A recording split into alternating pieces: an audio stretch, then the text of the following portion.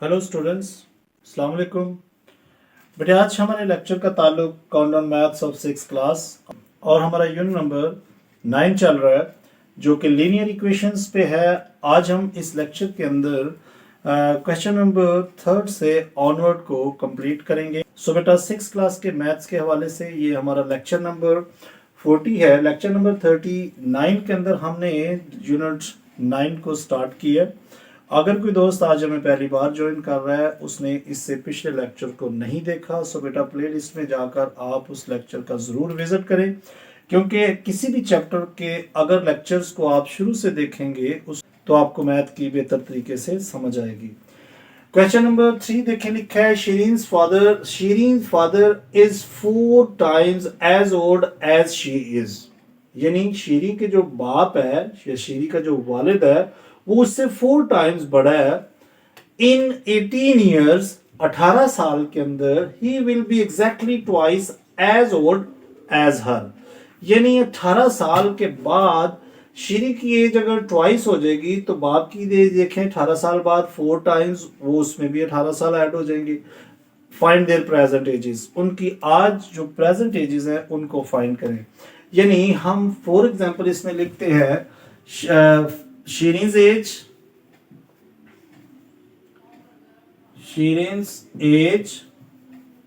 अगर उसकी x है सो उसके जो फादर्स की एज क्या होगी, फादर्स एज हम लिखेंगे कि 4 टाइम्स है। अब देखें ना, अगर अब आप शीरीन की एज x लिखते हैं सो उसके बाप की जो एज होगी वो 4x होगी, क्योंकि वो 4 टाइम है। अभी जो उसकी एज है शीरीन की, उससे उसके बाप की एज जो है वो 4 टाइम्स है, यानी 4 गुना वो बड़े हैं। 18 साल के बाद, अब देखिए 18 साल के बाद जो है वो शीरीन की एज के अंदर जो प्रेजेंट एज है उसमें 18 साल उसकी एज में भी ऐड होंगे और उसके बाप की एज में भी 18 साल ऐड होंगे, क्योंकि दोनों की उम्रें जो है वो बढ़ रही हैं। ये तो नहीं हो सकता है कि हम शीरी की एज में 18 प्लस कर दें और उसके बाप की एज में 18 प्लस ना करें, क्योंकि आज अगर उनकी प्रेजेंट एजेस ये हैं x और 4x है, यानी x यानी कि शीरी की एज से उसके बाप की अगर एज 4 टाइम है, सो 18 साल के बाद अगर देखेंगे सो दोनों की एजेस में हम 18 साल जो है वो प्लस करेंगे। सो लिखेंगे हम इसकी हेडिंग आफ्टर 18 इयर्स शीरीन्स एज क्या होगी कि उसको हम लिखेंगे x plus 18। So after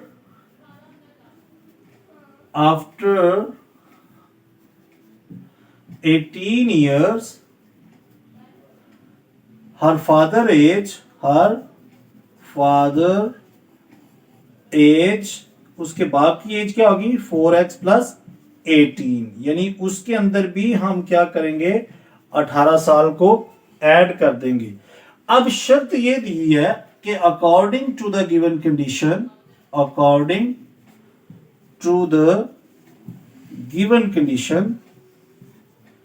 condition यहां पर देखें तो क्या लिखा है कि उसकी जो बाप की एज होगी ना 18 साल के बाद वो शीरी की एज का ट्वाइस हो जाएगी। यानी 18, ये देखिए ना 18 साल बाद शीरी की age for example x plus 18 है, उसका ट्वाइस होगा।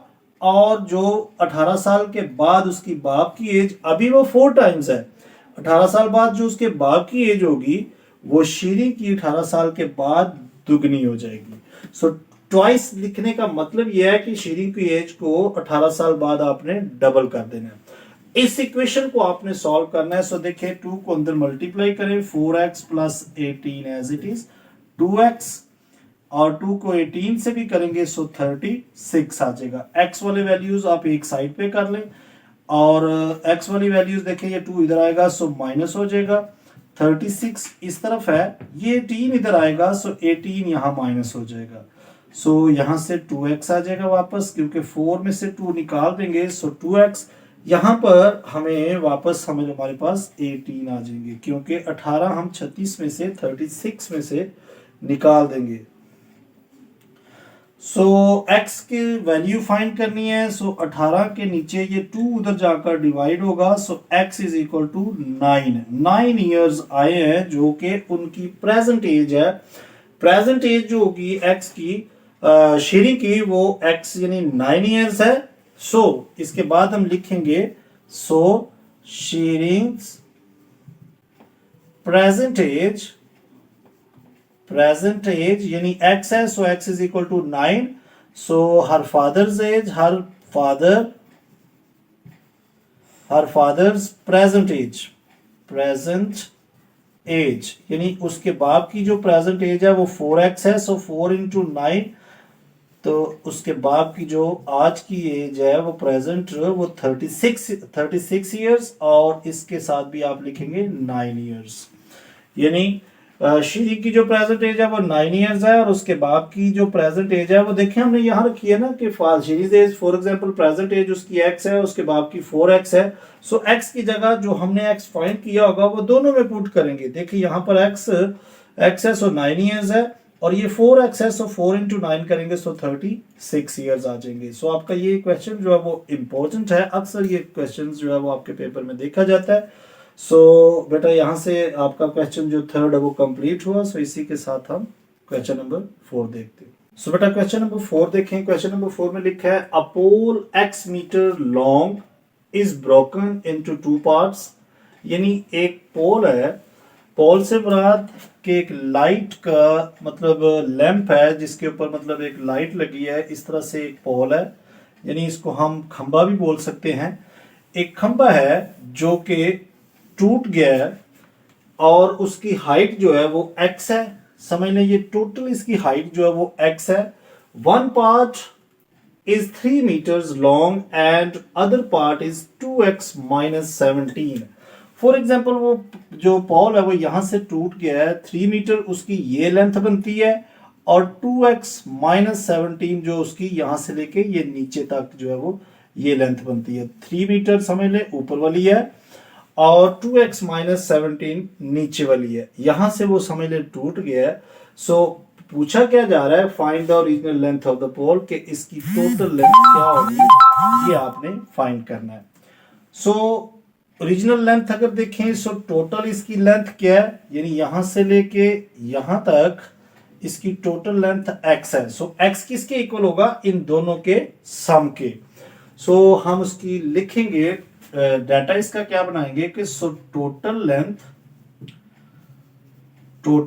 Length is equal to x one part यानी वन पार्ट उसका जो टूटने के बाद है वो एक तो 3 मीटर का है, अदर पार्ट जो है वो कितना है अदर पार्ट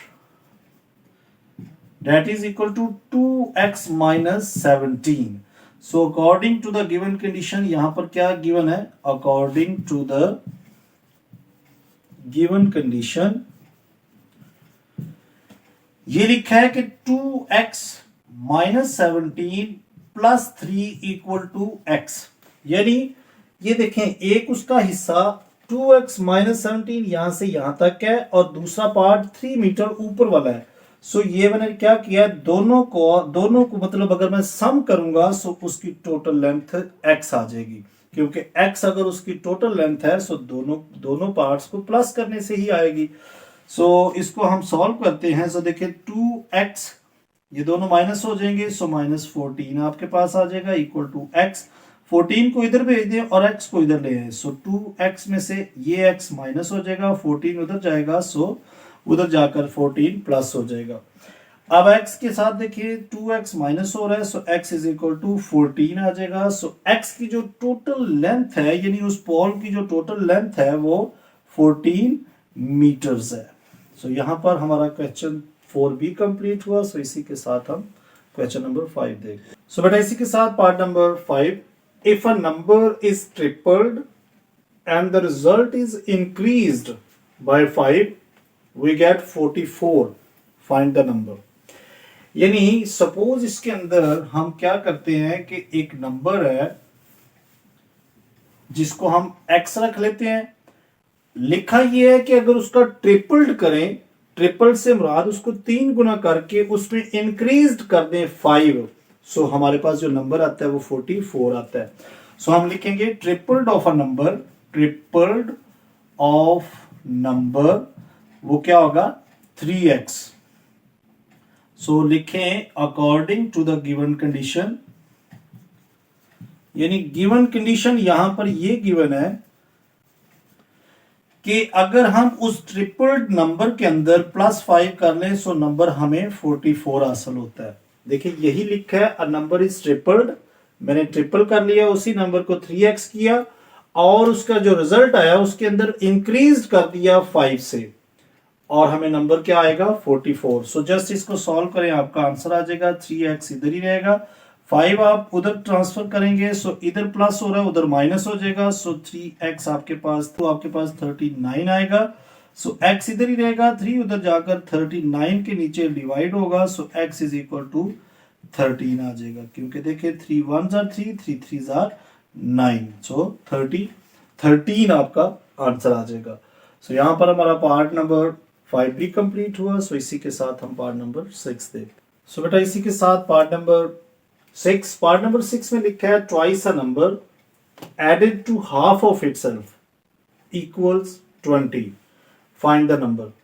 यानी इसमें हम सपोज करते हैं कि एक हमारे पास नंबर है जो कि x है और इसी नंबर का ट्वाइस करें और उसमें ऐड करें इसी नंबर का हाफ, सो नंबर हमारे पास 20 आता है।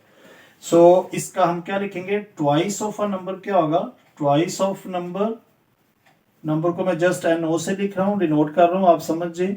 So twice of a number 2x होगा और हाफ ऑफ नंबर क्या होगा, हाफ ऑफ नंबर, सो उसको हम 2 से डिवाइड कर देंगे। अगर आप उसे 2 उसके साथ लिखेंगे सो वो ट्वाइस हो जाएगा और अगर हम 2 से डिवाइड कर देंगे सो हाफ हो जाएगा।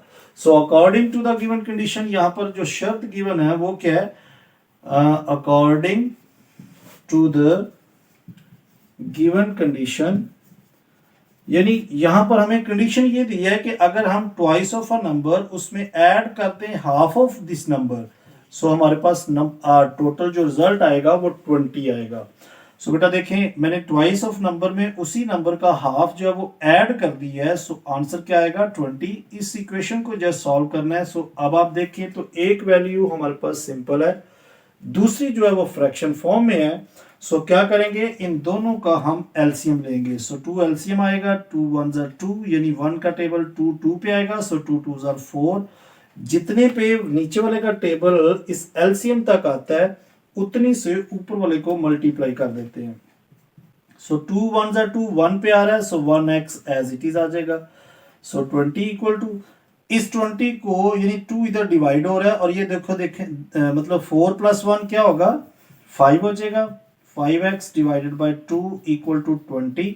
सो 5x इधर ही रहेगा, 20 के साथ ये 2 इधर डिवाइड हो रहा है, उधर जाकर 20 के साथ मल्टीप्लाई हो जाएगा। सो 5x इक्वल टू हमारे पास 40 आ जाएगा और x हमें चाहिए, सो x के साथ 5 यहां पर चेक करें, सो मल्टीप्लाई हो रहा है, जैसे ही उस तरफ आएगा सो 40 के साथ ये डिवाइड होगा, सो x हमारे पास क्या आ जाएगा 8, यानी 5 8s are 40।